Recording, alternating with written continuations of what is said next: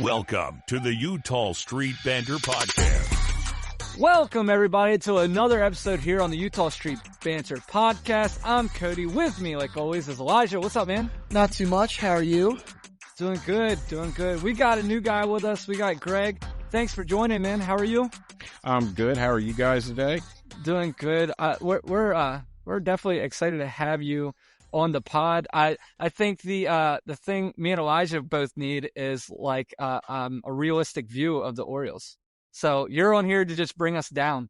I will bring levity to the situation. Well, I think when you say realistic, you don't even mean just bring us down, because I feel like I bring us down too much sometimes. Yeah. And then sometimes your expectations So, are like, I feel like I'm here or Elijah's here, like, I think we can get Mike Trout for Mountcastle straight up. Yeah, I heard that take. I heard that. You never know with like Perry Manasian and that whole front office. You never know. Yeah, right. He wants to come to a winner. Yeah, I don't see you getting Trout from Mountcastle. But, Yeah, right. Well, maybe if season-ending injury. Maybe Mountcastle does really good in spring. Yeah. Okay. Yeah, I mean he might do really good, but I still don't think that's enough. Yeah.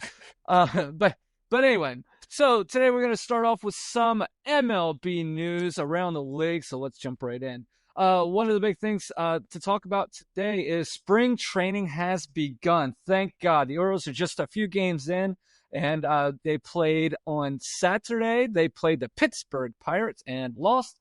And then on Sunday, they played the Philadelphia Phillies and won. That's about all you need to know. The only thing that was kind of made me nervous, was Colton Cowser getting hit twice. At one time by Elijah's guy, Vespi, but that's okay. They both laughed it off. But after the last regular season time that Cowser got hit by a pitch, he broke his hand. So that was a little nerve-wracking. But other than that, they had an interview with Rubenstein, the Orioles owner, who said there is no dollar limit with this front office. So there is not limiting the amount of money that Elias can spend. But he also said that all front office moves are up to Mike Elias and his staff, and that he is not getting in the way of any moves or suggesting any moves that need to be made. Also, if you watched any of the preseason games, MLB is testing their automated ball strike challenge system. Pretty cool, in my opinion. It's not going to happen this season, but they are testing it this spring training. If you notice, if the batter or the catcher or the pitcher taps their hat, that means they're challenging the ball and strike. Usually within at least 7 to 15 seconds, you will know the answer. If the ball happens to touch an edge of the strike zone, it is a strike. If it does not, it is a ball. Couple signings. We got Alex Bregman. He signed a 3-year, $120 million contract with who else but Boston.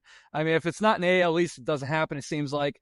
The Yankees have a new rule. Actually, I guess it's getting rid of an old rule. Now they are allowing facial hair, but it must be well kept, for whatever that means. So I guess we'll find out which player they don't like as much when they come in there with a little scruffy beard versus when Aaron Judge comes in there looking like Johnny Damon. But so we'll see how that goes. One scary thing that did happen on Saturday, I believe it was, preseason, was Dodgers pitcher Bobby Miller gets hit with a 106 miles per hour line drive. Woo! No one said he could talk good. Nope, nobody. I can't talk. Can't talk good. No. But amazingly, no significant injury. But he is on concussion protocol. Which, God, I'd hope so. The Blue Jays did not sign Vladimir Guerrero in time, so unless anything crazy happens, he will be a free agent at the end of the season, and he's probably looking for $17 gazillion. So I'm sure the Mets will sign him. The Mets pitcher Sean Manaea has an oblique injury. He will be out for an amount of time. And Frankie Montas, also the Mets pitcher, 6 to 8 weeks out with a lat strain. Obviously, MLB Network and ESPN still think the Mets will win 127 games because they got Juan Soto. So let's keep talking about them. Gunnar Henderson is the first Oriole ever to be on the MLB The Show video game. All right. So there's your news around the league. I Anybody else got any news they saw? That's all. I hit everything. No, the only news that I saw is that MLB The Show's only on the next gen consoles, and I have a PS4. So the news is Cody still hasn't bought me my PlayStation 5. Yeah. That's yeah. Yeah. You just keep playing that last year's game. Just keep playing that. Gonna have it a while. A quick question about the Blue Jays with Vlad.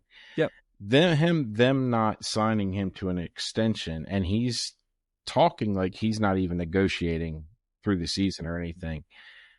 Is he really going to get a big money contract in the offseason? Because hitting doesn't look like, besides Soto, doesn't look like it's really getting paid for as much. Yeah, the only thing I would say is he's young.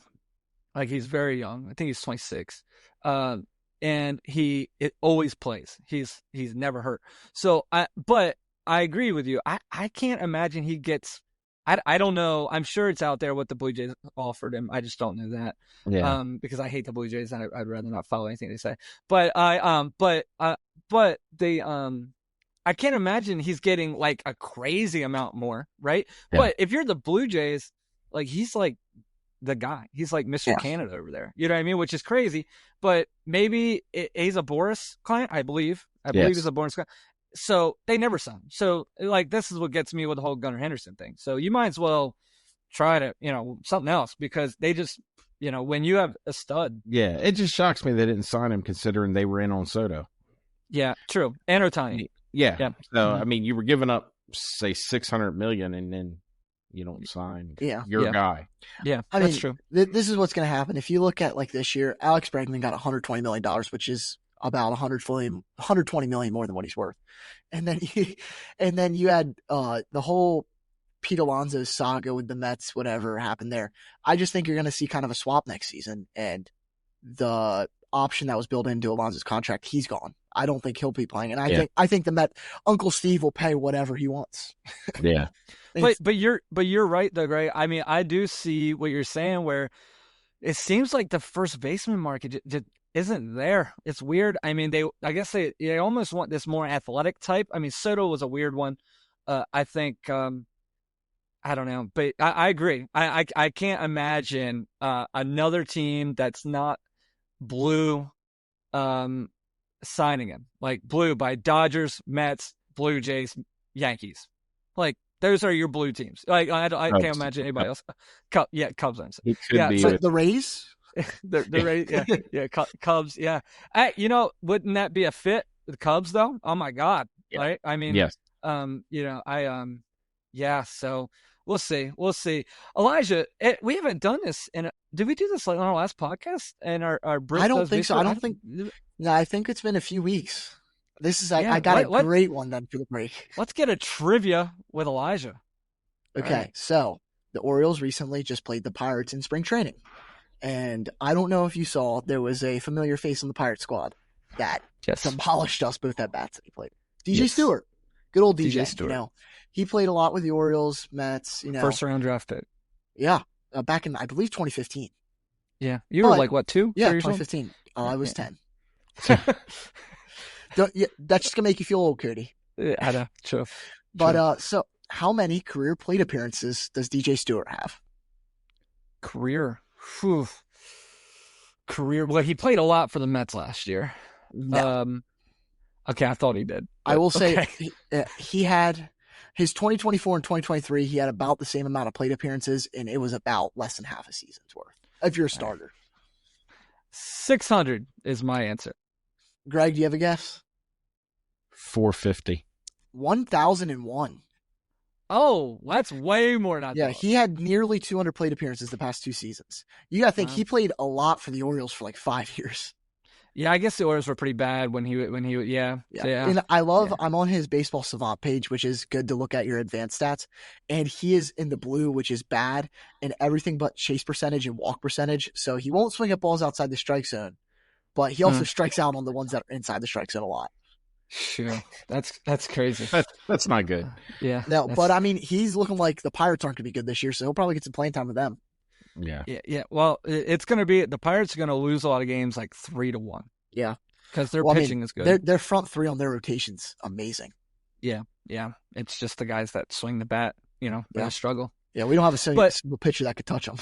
Yeah, right. Yeah. Make magic happen with Emily at Blue Crab Travel, your Disney vacation expert. Ready to experience the wonder of Disney? Let her help you plan the ultimate Disney getaway. Whether you're heading to Disneyland, Walt Disney World, or a Disney cruise, she has you covered. Emily can take care of custom Disney itineraries, tailored to your family's needs and preferences. She also can help find you exclusive discounts on Disney hotels, tickets, and packages. Imagine a stress-free vacation with hassle-free booking for accommodations, dining reservations, and fast passes. From character meet and greets to thrilling rides, Emily will make sure every moment is unforgettable. Email Emily Jones today at emilyjones@bluecrabtravel.com to start planning your dream Disney vacation. All right, so we got a cool episode today. We are usually telling you how the Orioles need to do something for the Orioles to be great.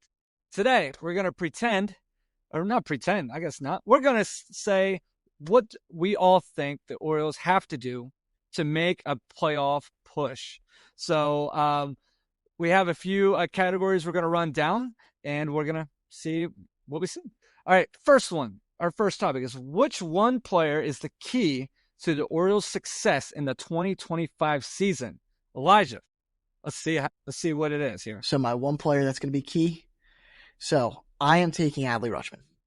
Okay. Because he needs to step up. Sure. Yes. He needs to step up. If you look, he's going into his 4th season, and it's actually, I didn't even know this looking into it. His rookie season in 2022 only played 113 games. That was the most WAR he's ever had in a season. That was his highest OPS plus, and he did amazing. Came back in 2023, did just as good. Some might have said he regressed slightly, but when you're playing half a season, it's hard to tell. And then last season, he really came in and regressed. Only had a 709 OPS, 250 batting average. Really not getting it done on both sides of the ball. And I think this season, the Orioles are really going to need to depend on him to anchor down the rotation, anchor down the catcher position, because you go from last year, we had James McCann, who could hold himself defensively behind the plate. If they needed to give Adley a few days off and have him cover, they could. I don't think you're going to see Gary Sanchez catching a lot of games back-to-back. Adley's going to get the majority of this workload, and he needs to make it work. Yeah. I think if he keeps regressing, this is going to be really bad. I don't see that he's going to regress. I just think he needs to fall. He doesn't need to be the star. He doesn't need to be the number one player on the team. He needs to fall in and just produce consistently, get on base, drive runs in, and be what he needs to be. Yeah, I agree. I think the biggest thing with Adley, I don't know if you've seen him in camp, but he's massive right now. Like built, not fat. Yeah. But, it's one of those things where I think this is one of those players that you're going to notice that has to just kind of grow into what they are. I think that's the thing that a lot of Orioles fans didn't account for when we look at our young guys. I think a lot of Orioles fans thought these young prospects were going to come in and just dominate. And you forget that they're young. They're young. They're just getting into their first couple seasons, and they're kind of learning as they go. But he looks good right now. I mean, it's preseason. Like, we've only played 2 games. Well, he's only really played 1 game. So it is what it is. But I agree, though. He's catching now. He's catching more than he's ever caught. Yeah. You know what I mean? 100%. So, yeah. So, yeah, I don't know. We'll see. Hopefully he's great. For Rutschman, it's all about the second half. Yeah. He starts out on fire, but it's been the same trend, I think, for the last 2 years with the Orioles on whole. He does make them go to a point. But that second half of the season, he has to be the hitter that he is in the first half. Yeah, absolutely. It's just man, I hope so, because I love Adley Rutschman. Hopefully he can be an Oriole for a long time. We'll see. Greg, who do you got? Who do you have as the Orioles key? Their biggest offseason signing, Tyler O'Neill. Yeah. He's replacing Santander, and if you were to put his numbers at bat wise against Santander and where they would stack up, he's very, very close if you do at bat wise. But he has to cut down on strikeouts. He's going to be playing, I think, left field for them is what I've heard, but that may change. But I think if you're going to spend the money a cheaper version, but if you look at his numbers, they can be right with Santander. If he's good and somebody they may platoon with him a little bit is good, the Orioles are not going to hurt at all for that production. Yeah, I agree. I mean, and you know what? If we have Tyler O'Neill for 3 years, so if Tyler O'Neill struggles with the home run department, we're just going to keep moving the left field wall in about 10 feet each year. We're just going to keep moving it in. We did it this year. We moved it in. So if we struggle again, we'll just I say don't even announce it. Just steadily just put a snow fence, one of those orange snow fences, that just kind of creep and get some iron stobs. But I agree. I mean, I'm excited to see what Tyler O'Neill can do. We know the potential. This isn't a good player comparison, but I'm hoping he's not like, I'm wearing his shirt. Actually, that's crazy. I'm hoping he's not like a Mark Trumbo where it's power or nothing. You know what I mean? So hoping it's not that. So we'll see. And see, you got, Legend. You say that. I would be perfectly fine for him to be Mark Trumbo. You forget Mark Trumbo, his first season he hit 45, 50 home runs, and then came back the next season and almost duplicated that. If we could get 2 seasons with that out of O'Neill, I think that's enough for this team. I mean, you think when we had Mark Trumbo come in, we just lost Nelson Cruz and Chris Davis was starting to decline. But O'Neill's the 4th, 5th, 6th best hitter in this lineup. I feel like, there's at least 5 hitters better than him in this lineup. And that's where he should be, I think. Because you have Gunnar, you have Adley, you have Westberg, you have Kowser. He can just drive in runs. If he mashes, that's good enough for me. I'm pretty sure we could sign Nelson Cruz right now and he would be hitting pretty good. I think Nelson Cruz could have 30 home runs. He probably struck out 250 times, but but who cares? He can't run to first. It'd be like slow pitch rules where if you hit a home run, you just walk back. Can we get like a ghost runner for him where like he swings and they start running? Yeah, for real. That's funny. All right, my key player to the Baltimore Orioles' success is Grayson Rodriguez. Grayson Rodriguez worries me a little bit because I'm an Orioles fan. He's an Orioles pitching prospect, and it never works ever. So I'm hoping this is the time because we need him more than ever. The biggest thing I need from him is innings. I just need innings. I need injury-free. The past 2 years, the issue he's been having is innings and is just staying healthy. Last season, of course, he was doing great. He had 13 wins, 4 losses, right? He had a 3.86 ERA, which is decent. But he only pitched 20 games, 116 innings. It's one of those things where Elijah or Greg, either one of you, do you know who, without looking, who was the second and second most in innings for a Baltimore Orioles pitcher last year? Who's number 2? Corbin was number 1. I would have to guess Albert Suarez. It was Albert Suarez.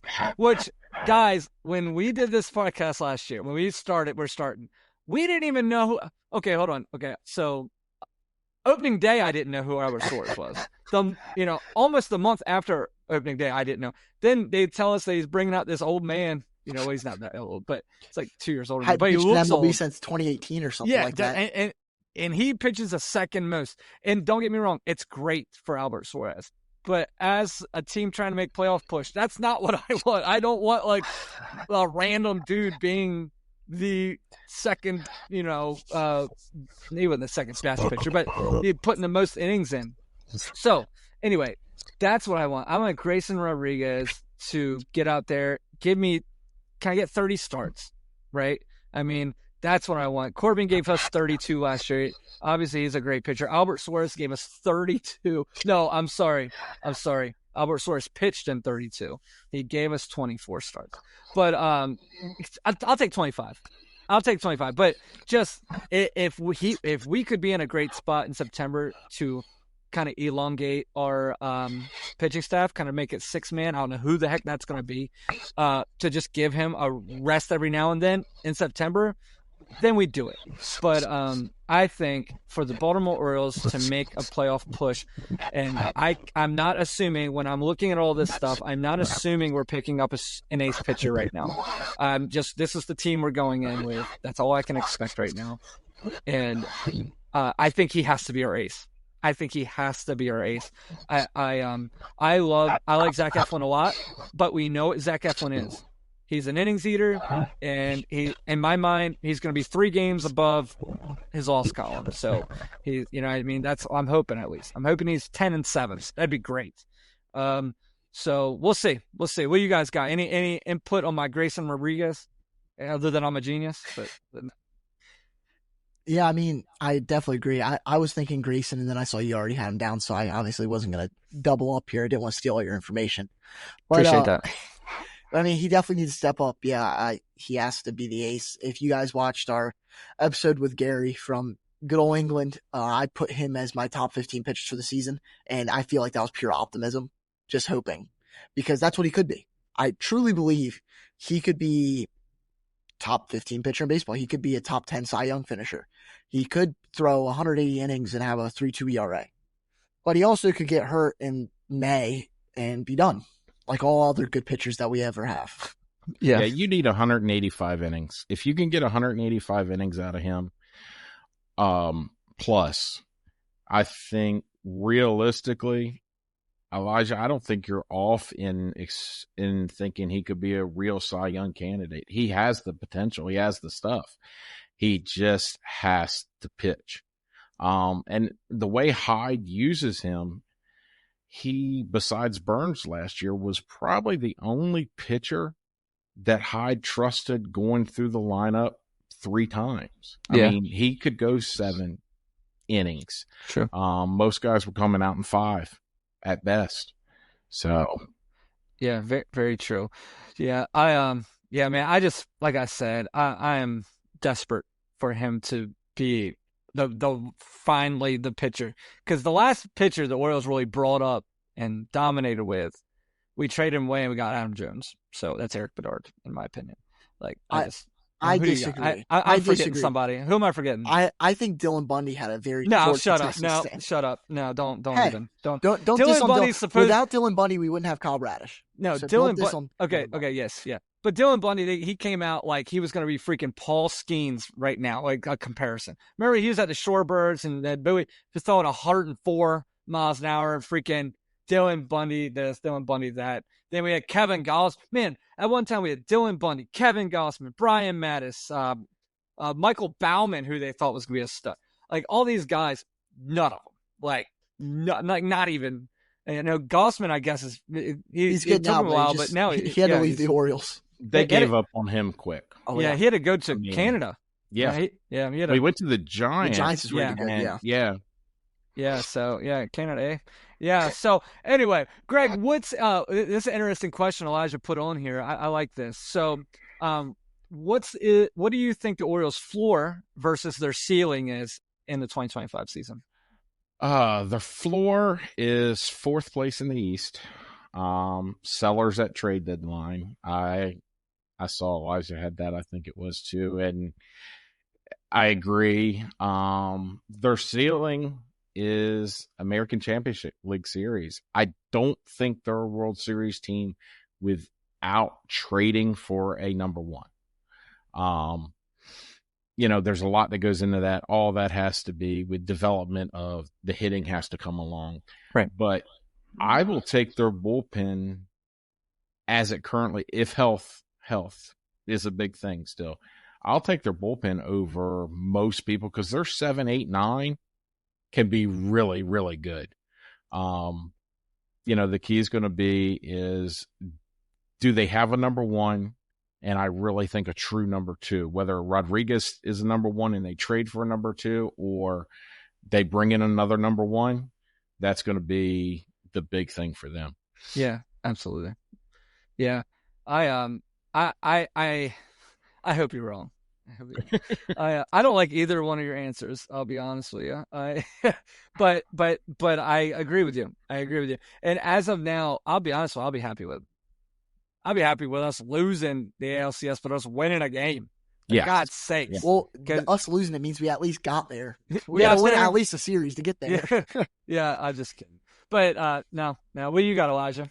I definitely agree that we could be sellers, and I in my mind, I just think of absolute worst case scenario. And absolute worst case scenario is we are in 5th place, we win 60 games. I think it's very possible.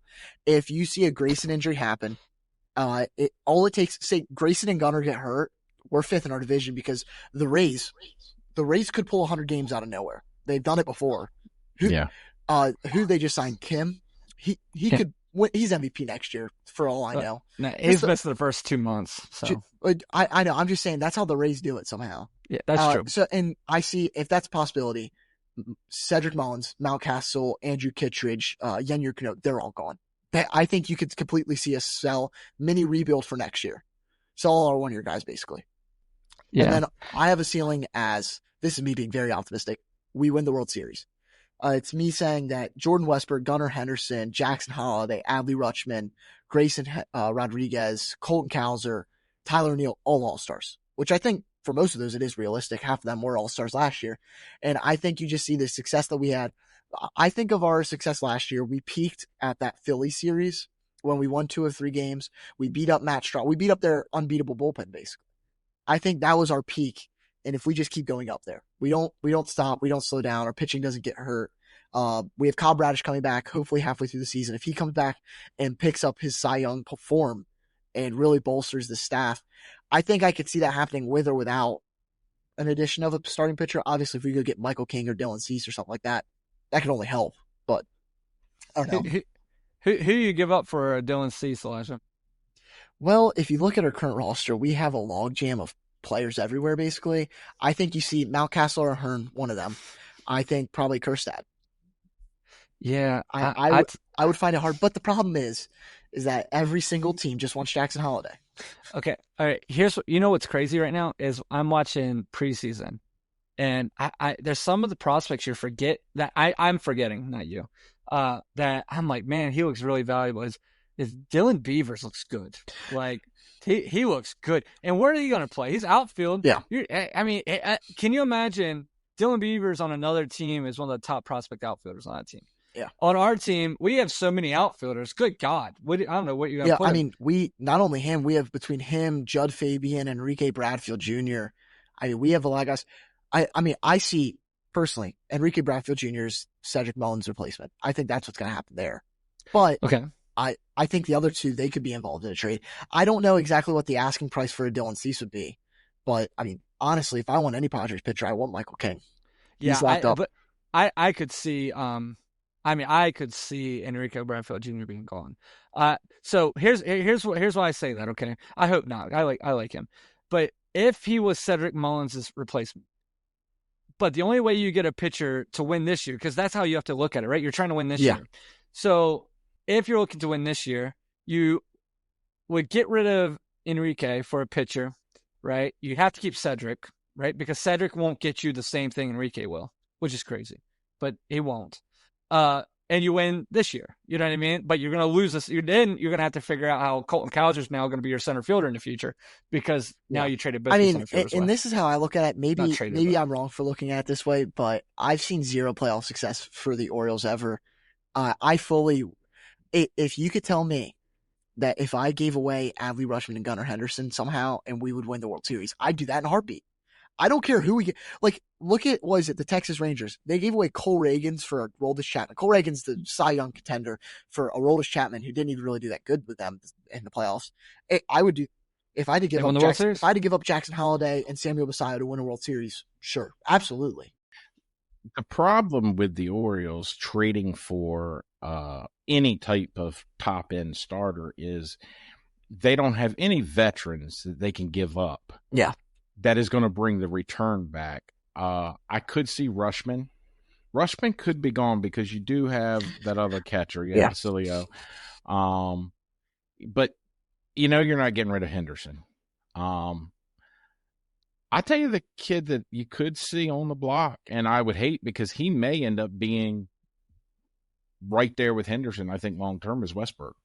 Yeah. I really like his potential. Then Elijah won't be an Oriole fan No, anymore. I really like Westbrook. I've been saying for a couple months now that right now I want Westbrook to be extended before anyone else because he's going to be the cheapest and he's just as good as. I mean, he played better than Rutschman did last year. Yes. And he was a top 5 third baseman. Yeah, I agree. Yeah. It's tough. It's tough because like I'm looking, just like Creed Williams or Willems, like where's he gonna play? And he's a top prospect catcher in the Orioles organization. You got Dylan Beavers, you got Kobe Mayo. The bad thing, I keep looking at Kobe Mayo and I'm like, boy, you better either get production out of him or trade him right now because he's losing value as we speak. Well, that's why I think I don't see how Mountcastle or Hearn make it throughout the whole season together. I just don't. Because Mayo is not taking third base from Westberg unless Westberg gets hurt. And I don't think they trade him away because like I know I saw something about the Padres asking price was like Westberg and Basayo for Cease. And I think that's too much because Westberg was an all-star last year. But who knows? I'm not Michael Ice. He's crazy. Yeah. And my other thing, though, is it's one of those things where I felt the same way last year, whereas teams know what the Orioles need, and they know we're kind of handcuffed. So it's sort of like I don't have another good explanation. It's sort of like you're playing fantasy football, and you have that one owner in your league that drafted way too many quarterbacks, but he doesn't have a running back. So he thinks he's going to trade, one of his quarterbacks he got for a running back. You're like, no, I know you need me more than I need you. You know what I mean? And that's what I feel like right now. So my floor is 4th in the division, which it seems like we all are around there, except for Elijah, who went straight to worst team in baseball. He went straight White Sox. No. White Sox and Marlins will never. Our floor cannot be that low. Okay, our floor can't be that low. All right. And my ceiling, I was the only one that did this. I went to 4th in division, winning only 79 games. That's my floor. My ceiling, though, is it's going to happen. I mean, it's 1st in the division, winning 93 games. I don't think it's a 99 or 100 wins, only because I think our division's good. Now, I will say is our division's good, but I think the media likes the people on the other teams more than the teams. So, it's not they like Red Sox. It's just they like that the Red Sox are relevant. So they got Bregman. So we don't want to talk about Bregman. They forget that the Astros almost didn't make the playoffs last year with, guess who? Bregman. The Red Sox were a worst team in our division last year. They got Crochet. Crochet pitched for the worst team on earth last year. And now he's going to a team that was in last place last year also, just in a different division. Not saying that he's not good. I'm not saying that. Okay. I'm just glad that we don't have Adley Rutschman say as a terrible defender or something that refusing to move off a catcher or something. Yeah. I'm glad we don't have to worry about that. Yeah. Okay. And then you got the Blue Jays who got Anthony Santander, who's great. We love him. Right. And that's about it. I mean, they got a relief pitcher that doesn't want to be a relief pitcher, that wants to be a starter, but couldn't get signed by other teams because he kept failing the physical. All right, so they have him. All right, then you got the Yankees, who lost one of the best hitters in baseball. All right, and arguing Soto, but really what Soto did was he made people pitch to Judge. That's what he did. And a side note, Stanton is going to be out for some time, I believe. Yeah. So, and they did get Max Fried. I don't have anything I can say negative about. Max Fried will be hurt by May, though. But yeah, I agree. I agree. But hopefully he hasn't pitched a full season ever. The one good argument I will accept for Max Fried, though, is unlike what a lot of Yankees pitchers do when they come to them, is Max Fried is coming from a really difficult division into another difficult division. So he's used to pitching against really good teams. So if he was in the AL West, you know what I mean? It's, or AL Central or whatever. It's one of those things where, no, he's coming from the NL East, the best NL division. Well, one of the best divisions in the NL as a whole.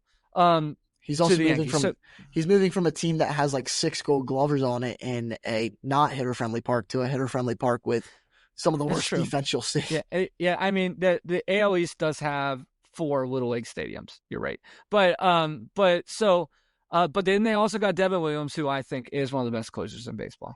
So it's just, can you imagine being a Brewers fan? Every time you get to Yeah. like a player, they trade him. But I'm just but hoping yes, he's like Samson in the Bible where you cut his beard off. He's not going to be good anymore. that's why he's growing it back though. Yeah. That's what they But I he bet cut that's it what off happened. once. He cut it off. They're like, he's too bad. They cut it off. He was throwing like 72 miles an hour. Like, no. Actually, he is one of the players that went to management and was talking about the beard policy. I believe really? it. He looks I was terrible reading that without the it. other day. He That's looks crazy. so much better with a beard compared to without it. Yeah. Alex Verdugo is the worst one. God sakes, that was rough. Him and Johnny Damon, both of those guys, they look totally different between the two. But jumping back in, so yeah, I mean, I'm hoping that 93 wins will give us, the division. It might not. It might give us a wild card. But I think this is going to be a much tighter division than what we are used to. I think all 5 teams are going to be competitive. Like I don't see one game or one team in our division that I'm like, oh, thank God we're playing them this week. Okay. Really, what we're going to be saying is, oh, thank God we're not playing our division this week. That's what we're going to be saying. So, I mean, this is like the hardest year I think I've ever had trying to predict how the Orioles are going to do, because it's so wide open, like in a bad way. It's not so wide open because everybody's bad. I mean, it's you're gonna have so competitive. You're gonna have a 5th place team that's gonna be a 79 win team. Like That's realistic. I mean, you're gonna have. I guarantee you, every single team in the division will be within probably 5 games of a wild card spot. Like that's just gonna how it's gonna be bad. That's crazy. Yeah. So, Elijah, what are you looking forward to this year with the Orioles? Well, I'm looking forward to a lot of different stuff, but I'll try to narrow it down, not talk for 45 minutes. Okay. Like one guy I really like, now he just pitched the other day, is Kate Povich. I really think if he takes a step up, he could be massive. He'll probably start as our number 5 starter, and he could be a number 3 starter by then. He's not going to be an ace. That's not what we need. He throws like 92 miles an hour. I could see him being like a Charlie Morton almost. His fastball is very deceptive from what I've heard about him, and just like watching it, hitters can't tell. Like it seems faster than it is. And he's got decent stuff. If he takes a step up, he could be really huge for this staff. And then I also have Heston Kjerstad, because who knows with him? He's been hurt. I mean, it's not his fault that he got hit in the head. It's just every time he's going up, something happens, it seems like. And then Samuel Basallo, I'm really, really excited to looking forward to seeing him make the major league team at some point this year. He has to come up at some point. Yeah. And I don't know what he's going to do and what role that'll be, but I'm excited. He could be a generational hitter. Oh, I agree. I think Samuel Basallo could be legit. I think he's going to just be legit on another team. I do. I think he gets traded. I don't think there's any way he makes our. I just, with what it looks like, and like Elijah, I think Elijah had a great point earlier where he said that, if we traded Gunnar Henderson or whoever and it gives us a World Series, you'd do it. I think the Orioles are going to get ready. If it's not this year, it's definitely next year. You're getting ready to just start shooting off bullets. And by that, I mean trading people to get people. You know what I mean? Like, because the window's not as far off as we wish it was. I mean, Rutschman, 2 years? Henderson's 3 years. So we're not looking at 6. I mean, yeah, so you're already Rutschman's Orioles tenure, if we don't extend him, is already halfway over. Yeah. And like you said, if we start shooting off bullets, the one thing that we can all be optimistic about is that Mike Elias does know how to draft. He knows how to draft very well. And it seems like, even though we ship off prospects, we're not drafting when we're picking 25th, 24th overall. We're not able to get Jackson Holliday and Gunnar Henderson. But we're still getting Drew Honeycutt, Enrique Bradfield, and really good prospects that are going to produce. So it's not like, I think our farm was ranked like 20th overall for some reason. I don't agree with that at all. Like MLB Network was completely insane putting us that low. I think we have so much talent that's not just Samuel Basallo, Jackson Holliday. Yeah, I agree. What do you got, Greg? I think the big question is going to be Brandon Hyde, and can he figure out how to get all the young talent on the field at the same time? Yeah. I mean, the Orioles have preached for the last 5 years, prospects. And they start bringing them up. And every time, it seems like you get one guy that starts getting 4, 5, 6, 7, 8 games in a row. He's and you think, man, they're going to leave him in there and let him pull him back out. I don't know how you evaluate talent when they've already blown up AAA. There's nothing more they can do. But you don't give them any chance at the major league level to really succeed. I mean, the ones who have succeeded, Westberg, Henderson, they were given extended runs, and they kind of caught on quick. Kowser was one who was up and down. He finally caught on last year. I like Kerstad. I like Holiday. But, you take Holiday, for instance.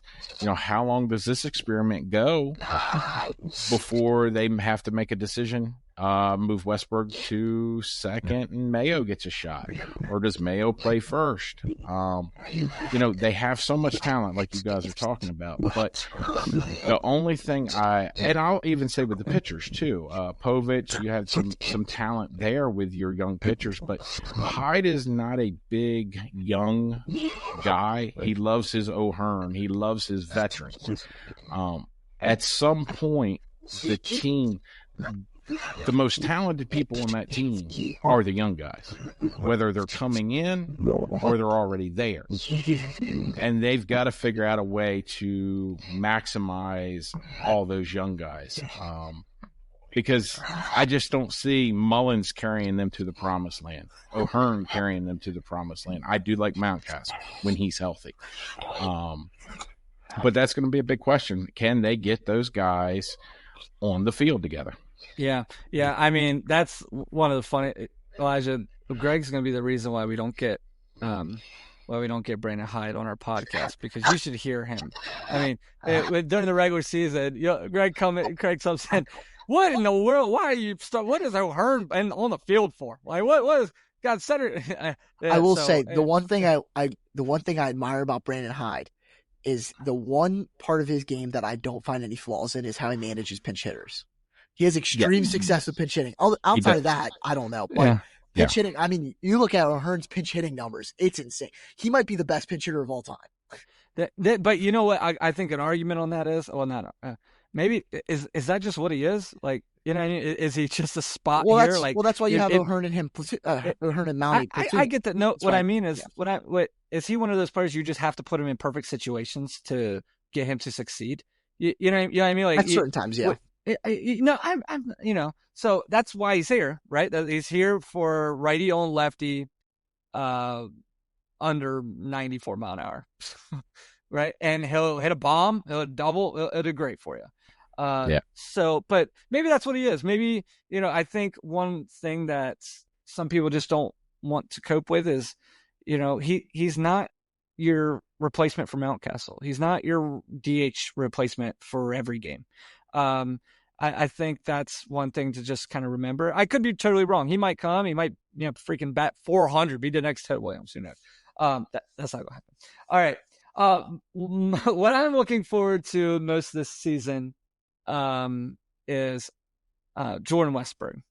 I think this guy is the most, I don't want to say unrespected, but maybe he likes to be the guy in the background. Like, I think he is more talented than one of me and Elijah's favorite Oriole, which is J.J. Hardy. But he reminds me so much of J.J. Hardy. Right? He's just like J.J. Hardy is to me. He's just like, hey, if you ask me a question, it's not because I hate you. It's just I literally only have 3 words to say. This is all I got. You know what I mean? So I love his attitude. I think he's perfect for the Orioles. I mean, he's just blue collar, just everything you want a ball player to be. I'm excited for him for a whole season. I hope he can stay healthy this year. Obviously, last year that was not his fault. He gets injured. But like I said, I'm just looking at his stats again real quick, and it's just one of those things where I just didn't see this coming last year. But then you watch him play. Like, to me, it's hard to compare him and Kowser, right? Because both are young guys and both kind of had to break out last season. But Kowser was really roller coaster. I mean, It just seemed like some guy would throw a ball down the middle and Cowser would hit a right field wall. Whereas Mountcastle would hit a slider in the other batter's box for a double in the right center gap. So I'm not saying anything bad about Cowser. I'm just saying I think Westberg is just legit right now. Last year he has 18 bombs, 63 RBIs, and 107 games, which is pretty good. His strikeout numbers were low, 97. I mean, they're fine. But with a 264 batting average, 312 OBP, slugging 481. So decent, right? But I mean, I'm excited for him. I think he's going to be the next stud on our Orioles team. I think he's the one that people, like I said, whenever I was looking at the rankings of each position that MLB Network does, he kind of doesn't get much love there. And maybe that's because they don't know where to put him. What position you put him at? You put him second or third? I mean, maybe, but who cares? I don't really care what stats or what the rankings say as long as it fits with the Orioles. You know what I mean? But the JJ Hardy comp is my favorite one. And just the Jordan Westberg PA announcer doesn't go as well. Remember Jay. Right? I don't know if you can. At least Jordan Westberg can run a little bit better than Hardy. Yeah. JJ Hardy was a coach this week. Is a coach this week. Yeah, he's one of the guest coaches for spring training. Yes, and they were doing an interview with him in one of the spring training games, and it was crazy. They were like, "Hey, you think you can still hit a home run out of here?" He's like, "I literally haven't swung a bat since my last professional bat in 2017." I was like, "Holy crap!" He's not even fielded a ball. He's like, "I haven't even fielded a ball." Said, he's I'm like, done. Done. He's done. He said, I guess he still has really bad back issues, which makes sense. We saw him run around the bases back in the day. And, but he's like, my back would spaz up. Like I can't even play golf or anything. He's like, dang. I mean, that's crazy. Talking about giving it all for the game, right? So no, at least it's better than football though. And you can at least think. Whoa. Well, he went straight to CTE. Like, people, yeah, really. That's a problem. Have you seen Antonio Brown's Twitter? Yeah, I don't know. That's for another podcast. Yeah, right. Whoa, he was good. God, he was just JJ Hardy's living his best life on his ranch wherever he's living. Yeah. But yeah. So hopefully our Orioles can step up and or not even step up, just continue winning, continue beating hopefully the Orioles that we want them to be. And we'll see. Well, Greg, thanks for joining us today, and we appreciate having you. And hopefully we can get you on next time. And you didn't get us kicked off the podcast platform yet, so thanks for having me. I thoroughly enjoyed it. Yeah, awesome. Well, until next time, everybody, we can't wait to see you. Please make sure you like, follow, subscribe. Remember, give us a subscribe on YouTube. We're on Facebook, Instagram, and X. Also, we're on that thing all the kids use. What's that called, Elijah? It's I think Cody calls it TikTok. That TikTok thing. Yeah, we're on that TikTok. So yeah, please do. And remember, you can also listen to us on Apple Podcasts and Spotify. But guys, until next time, we will see you. Have a great rest of your day. See ya. See ya.